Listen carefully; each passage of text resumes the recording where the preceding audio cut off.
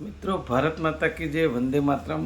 આજે મારી YouTube channel આપણે કંઈક નવું કરીએ એમાં આપ સૌનું સ્વાગત છે. સૌ પ્રથમ અમાસની શુભકામનાઓ. અને સૌ પ્રથમ શરૂઆત કરતાં પહેલાં મારા સમાચારની હું કાયમ એક વસ્તુ કહું છું કે સુવાક્ય જેને કહીએ કે શીખ કહીએ, જે મારા અનુભવ પરથી કહી રહ્યો છું કે હંમેશા ગદ્દારીથી ચેતતા રહેવું બહુ જ જરૂરી છે. અને ગદ્દારી કાયમ તમારી નજીકના વ્યક્તિથી થાય છે, એ ખાસ જરૂરી છે, એ ધ્યાન રાખજો. કારણ કે જેના ઉપર તમને અઢળક વિશ્વાસ હોય એનાથી જ ગદ્દારી થતી હોય છે. એ ગદ્દારોને કુદરત માફ ન કરે, પણ સાવચેત રહેવા માટે ચાલો સમાચારની શરૂઆત કરીએ. સૌથી પહેલાં આજે એક જ મુદ્દો છે. તો મારે એવું કહેવું છે ગુજરાતની જનતાને કે શું ભગવાન વરસાદ આપે કે વરસાદ આવે એ કંઈ ગુનો છે ભગવાનનો? ના. વરસાદ માટે લોકો પ્રાર્થના કરતા હોય, ઝંખતા હોય. આપણા દેશના અને ગુજરાતના ખેડૂતો ઝંખતા હોય કે વરસાદ ક્યારે આવે. આજે જ્યારે આ ચોમાસામાં વરસાદની મહેર છે, ભગવાનની મહેર છે એવું કહેવાય. હું એવું કહેવા માગું છું કે ગુજરાતની અંદર શહેરો વિકસ્યા.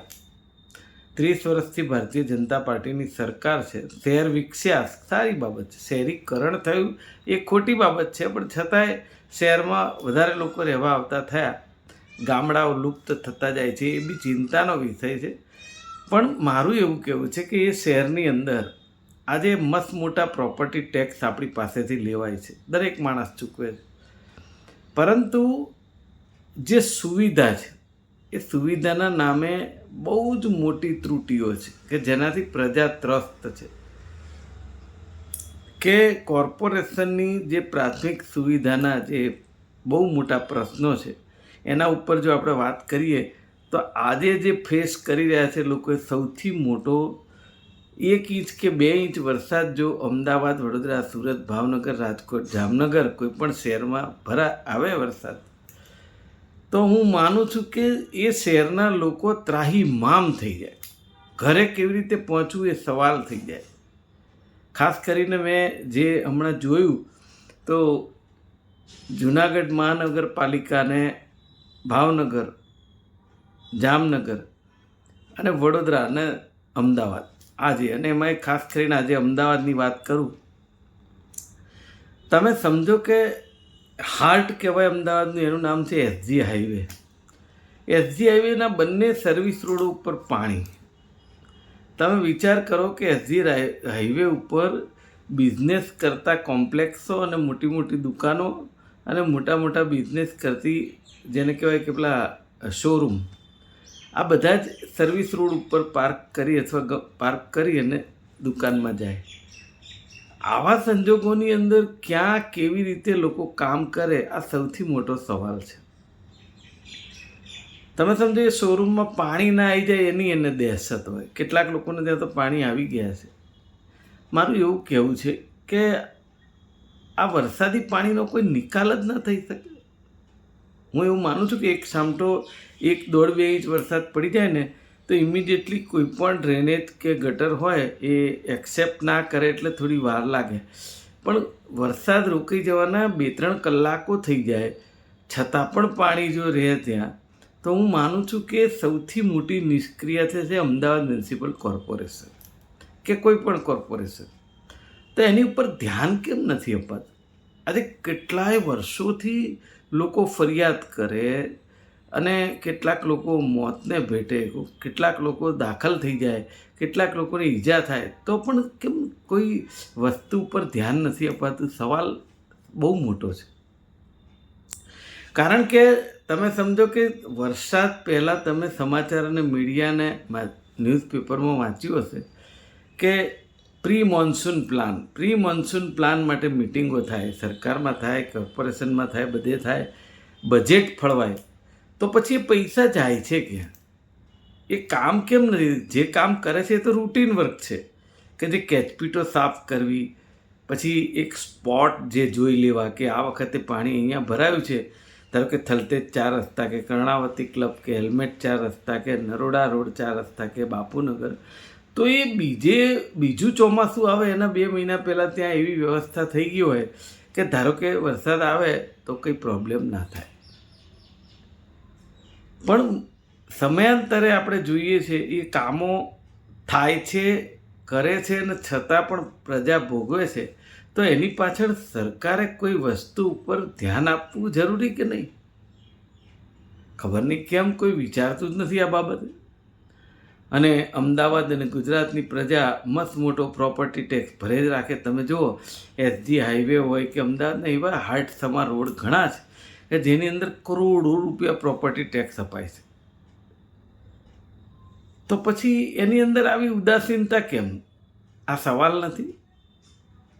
અને જે ઘણીવાર એ સરકારના જે પ્રવક્તા કે એ લોકો આવતા હોય, ખબર નહીં એ લોકોને ખ્યાલ છે કે નહીં, મને નથી ખબર, પણ એમ કે ડામરને અને પાણીને આડવેર છે. હવે તમે તો સિમેન્ટ કોન્ક્રીટના રોડ બનાવવા માંડ્યા, વ્હાઇટ ટોપિંગ રોડ એ તૂટી જવા માંડ્યા છે.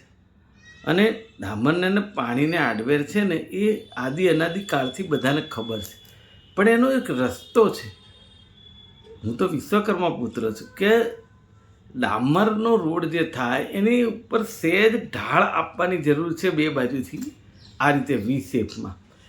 તો એનાથી એક એવો વી શેપમાં નહીં કે જેનાથી લોકો પડી જાય, પણ એક સ્લાઇડ ઢાળ અપાય તો આખા રોડ ઉપર પાણી ન રહે, જે નાકે નીકળી જાય પાણી, અને ત્યાં કેચપીટ હોય એની અંદર પાણી જતું રહે, એટલે એ રોડ પર પાણી ના રહે. તો હું માનું છું કે એવા રોડ ક્યારેય તૂટે નહીં. આવું અનેક વાર આપણે ચર્ચાઓ ડિબેટમાં કે ઘણી બધી વાર કરી. અને હું તો મીડિયાના મિત્રોને અભિનંદન આપું છું.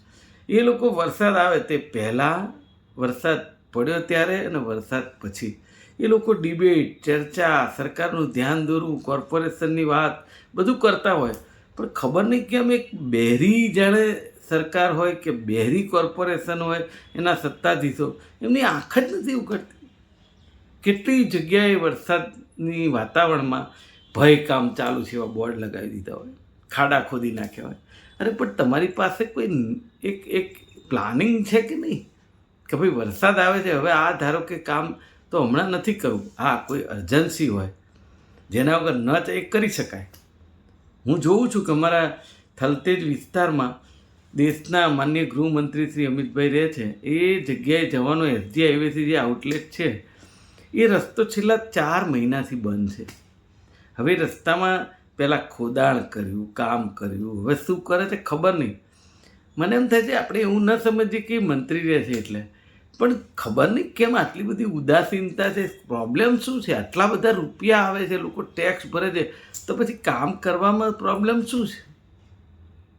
એટલે વરસાદી પાણીના નિકાલ માટેનું સૌથી મોટો પ્રોબ્લેમ સરકારે સોલ્વ કરવાની જરૂર છે. પ્રજા ખૂબ ભોગવી રહી છે અને કેટલાકને અંતરથી બી નથી ગમતું કે સાલું શું ફરિયાદ કરીએ આપણે, કાયમની વાત છે.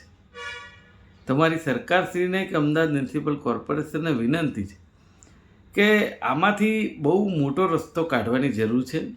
હું તો કહું છું પરકોટિંગ વેલ બનાવવાનું ચાલુ કર્યું છે, પણ હું તો કહું જગ્યાએ દરેક જગ્યાએ ફરજિયાત કહી દો કે ભાઈ એ વેલ બનાવવા જ પડશે, કૂવા કે જેનાથી એટલીસ્ટ એ પાણી તો ત્યાં જતું રહે. જમીનના તળ ઊંચા આવે છે. આ દિશામાં કામ કરવાની જરૂર છે. હું ન્યુટ્રલ વાત હંમેશા કરવા માગું છું. ખબર નહીં કેમ સમજાતું નથી કોઈને કે આ વારંવાર આ પરિસ્થિતિ કેમ. અને ગુજરાતની અને અમદાવાદની જનતાને અને ગુજરાતના શહેરોની જનતાને કહેવા માગું છું, જ્યાં સુધી તમારા મગજમાં વિચાર નહીં આવે ને કે આ કેમ થઈ રહ્યું છે કાયમ, ત્યાં સુધી તમે આનું નિરાકરણ નહીં લાવી શકો. વિચારવાની જરૂર છે ગુજરાતની જનતાએ, શહેરોની જનતાએ અને દેશની જનતાએ. આજે બસ આટલું જ. રજા લઉં છું. જય હિન્દ. મુકેશ વિશ્વકર્માના.